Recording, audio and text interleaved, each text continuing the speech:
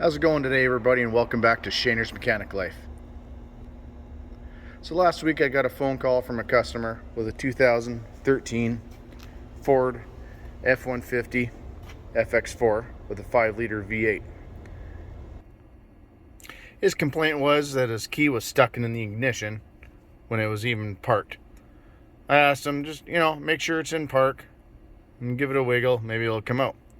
Sure enough, it was fine. I just assumed it wasn't all the way in park.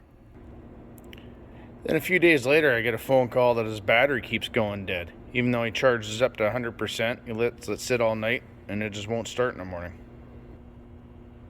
So I went to his place, had a new battery in stock, so I just threw a new battery in. Took his old one back here, put it on charge just so I can test it and verify if it's good or not. Then when I got back to the shop, I pulled up, shut the ignition off, pulled the key out, and was returning a couple phone calls, and I noticed the backlight on the instrument cluster seems to be staying on, even with the key off and everything else timed out. I wonder if everything seems to be related, what's caused all these different problems. The key stuck in the ignition, the battery going dead, and this instrument cluster staying on. And so I figured, let's start it up, bring it in the shop, see what's going on. Start it up, put it in gear, reverse lights up, but not park. Reverse, neutral, everything else seems to work, but no park. For some reason, this instrument cluster isn't picking up that it's in park. So I'm going to show you something you can quickly check. I've seen it a few times over the years. It's easy to get to and might be where your problem is. Here we go.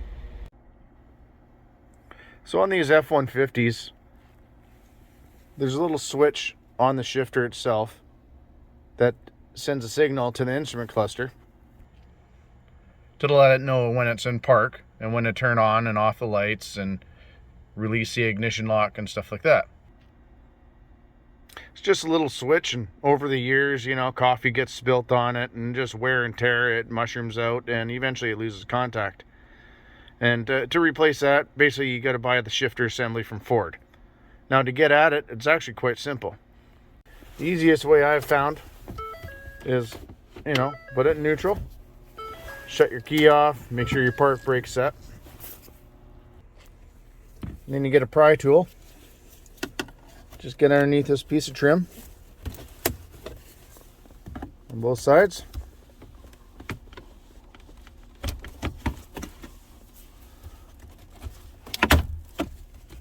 This top piece will lift right out.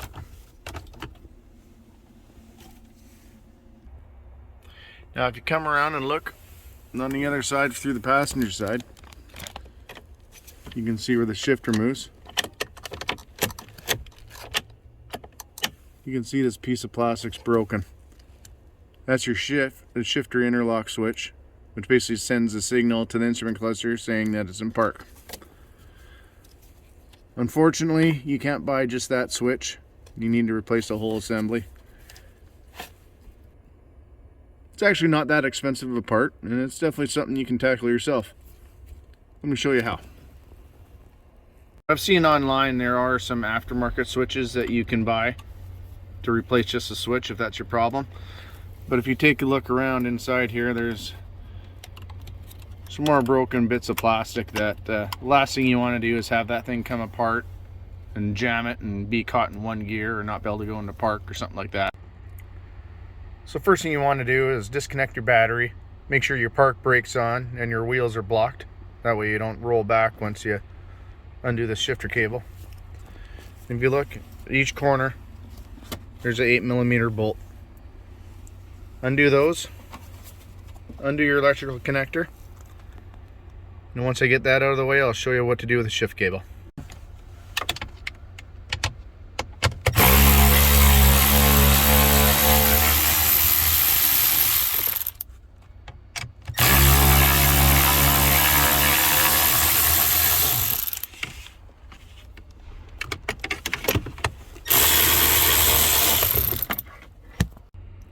So once you got your bolts out, the electrical connector is quite easy.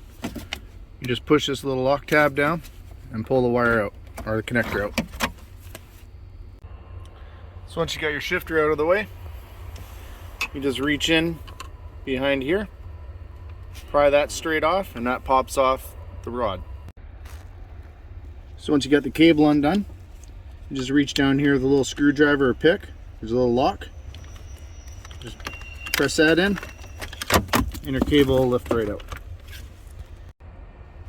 Then just pretty much twist it around, and your shifter's out of the way. Now your shifter assembly comes ready to install. Even comes with the bolts. That way you don't have to risk reaching down there and dropping them. It's just ready to bolt in. So basically your installation is just the opposite of removal. Just wiggle it down into the hole, line everything up. And then once you got your shifter cable locked in place and push back on the pin, you can go ahead, bolt it down, and do up your electrical connection. So once you got the electrical connection put back together, before you go putting all the console trim back on, just hook up your battery, put the key in the ignition, make sure everything's working. As you can see, we got our park. All the lights are lighting up. Let's shut the key off and see if our instrument cluster lights go up.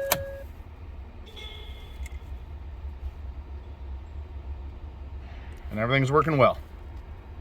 Now you can go ahead, put your cup holder and everything back on, and you're ready to roll. You'll find it easier to put the console back together if you just kind of pull it into neutral. Make sure you keep your foot on the brake so you don't roll away. And just tilt everything down. Lock it in place. Put it back in park.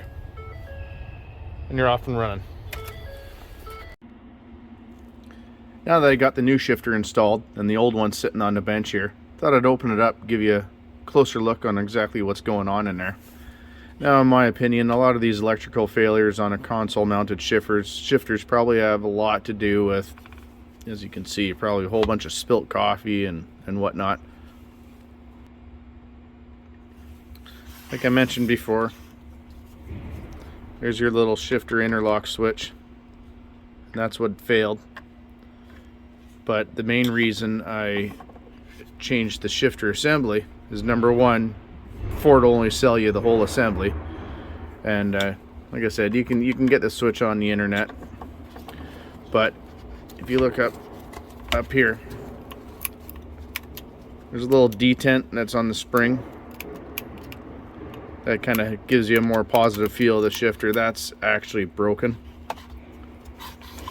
Here, let me open it up here. You can see it's busted right there. Now, the last thing you want to do is go and change the switch out for him, have a piece of plastic break and get jammed in there, and he's stuck in gear or stuck in park or anything like that. I'm sure you don't want to get that phone call. So you can pretty much see how it works. That just rolls back and forth, and that locks you in whatever gear you decide in. Now if I turn it around, you can see right here, that's where your shifter cable pushes onto, and that's where the plastic mount latches in.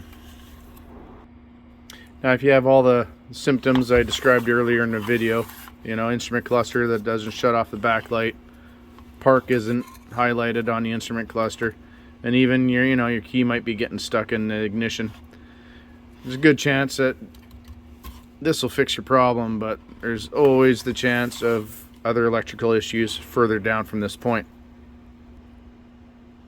But there's no harm in opening it up, give everything a visual. If you see anything wrong, any broken wires or broken plastic, you can go ahead and change your shifter assembly. I hope you found this video informative and entertaining, and I definitely hope it helps save someone a whole bunch of money out there. Just want to end the video by thanking one of my new subscribers, Odell Russell. Thanks for subscribing. I appreciate all my subscribers. Let me know what you think in the comments section. Hit that like button and subscribe. I got more videos coming. Anyway, have a good night, everybody, and thanks. Thanks for watching.